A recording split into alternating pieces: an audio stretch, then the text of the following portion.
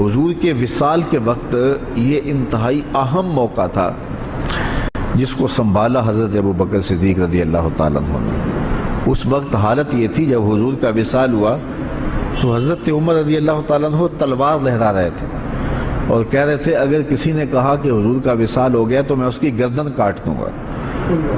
حضور علیہ السلام کچھ وقت کے لیے سکتے میں چلے گئے ہیں، پھر اپنی اصلی حالت میں لوٹ آئیں گے، تو اگر کسی نے یہ کہا تو میں اس کی گردن کاٹوں گا۔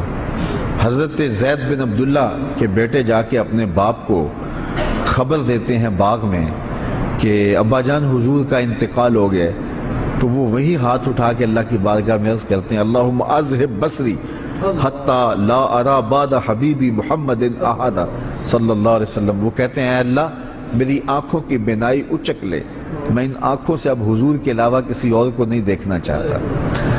حضرت انس بن مالک رضی اللہ تعالیٰ عنہ فرماتے ہیں کہ جب حضور مدینے میں داخل ہوئے اس دن سے روشن دن میں نے نہیں دیکھا، اور جس دن حضور کا وصال ہوا اس دن سے تاریک دن میں نے نہیں دیکھا۔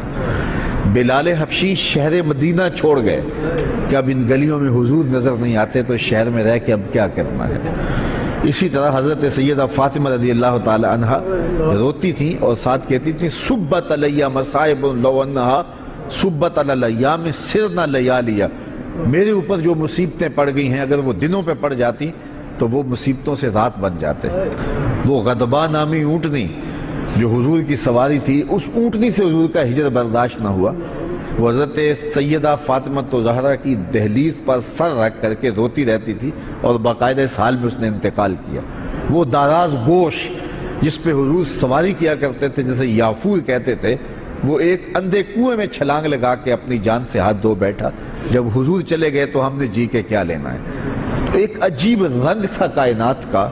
اب اس حالت کے اندر کہ صحابہ کے اوپر ایک سنکت آ رہی ہے، حضرت عمر تلوار لیے کھڑے ہیں، اور ان حالات میں جو منافق تھے انہوں نے کھیل کھیلا، اور وہ کھیل کیا تھا، بڑا باریک چال تھی ان کی۔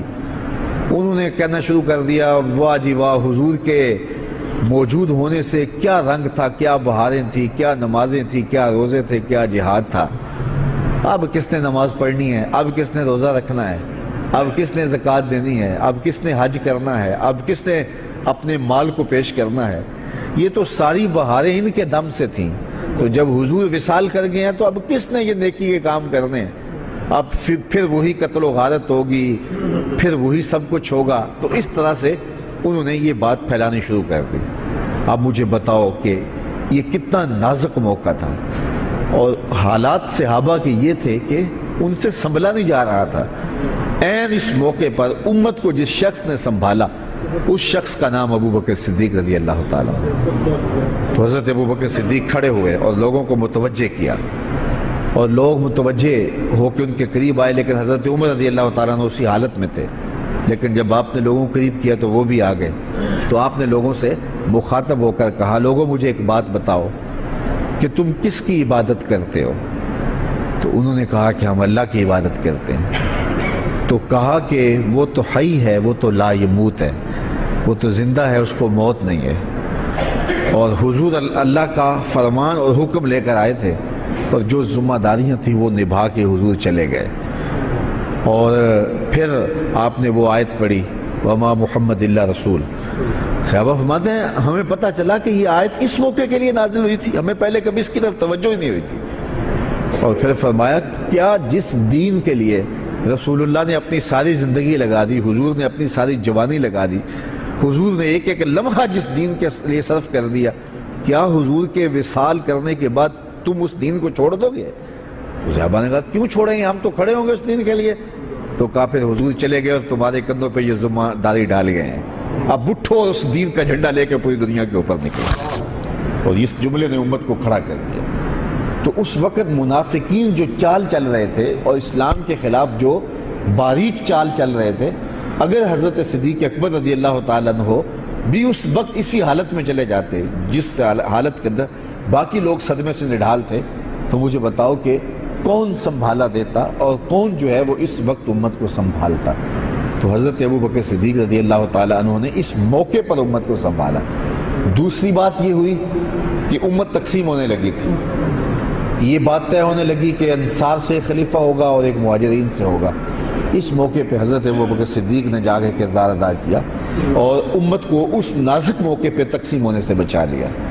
آج لوگ کہتے ہیں کہ ادھر حضور علیہ السلام کا جست انور پڑا ہوا تھا اور انہیں خلافت کے معاملے پڑے ہوئے تھے، اور میاں یہی تو کام تھا ذمہ داری کا جو کرنے کا تھا، جو حضرت سید صدیق اکبر نے کیا۔ اس وقت اگر نہ اٹھتے تو امت دو حصوں میں تقسیم ہو چکی ہوتی۔ تو یہ وہ احسان ہے حضرت ابوبکر صدیق رضی اللہ تعالیٰ عنہ کا کہ لہجہ ان کا بھی پھٹ رہا تھا۔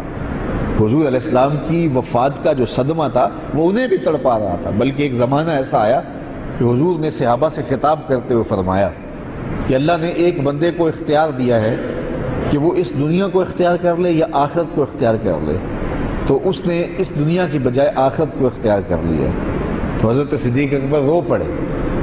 تو باقی صحابہ نے حضرت ابوبکر سے پوچھا کہ ابوبکر یہ بات رونے والی تو نہیں ہے؟ تو کہا تم نہیں سمجھ رہے، اس بندے سے مراد خود حضور کی ذات ہے، تو اس کا مطلب یہ ہے کہ حضور اب ہم سے جدا ہو رہے ہیں، اور انہیں برداشت نہیں ہو رہا تھا۔ لیکن اس وقت جب یہ نازک موقع آیا تو حضرت ابوبکر صدیق نے کھڑے ہو کے امت کو سنبھالا دیا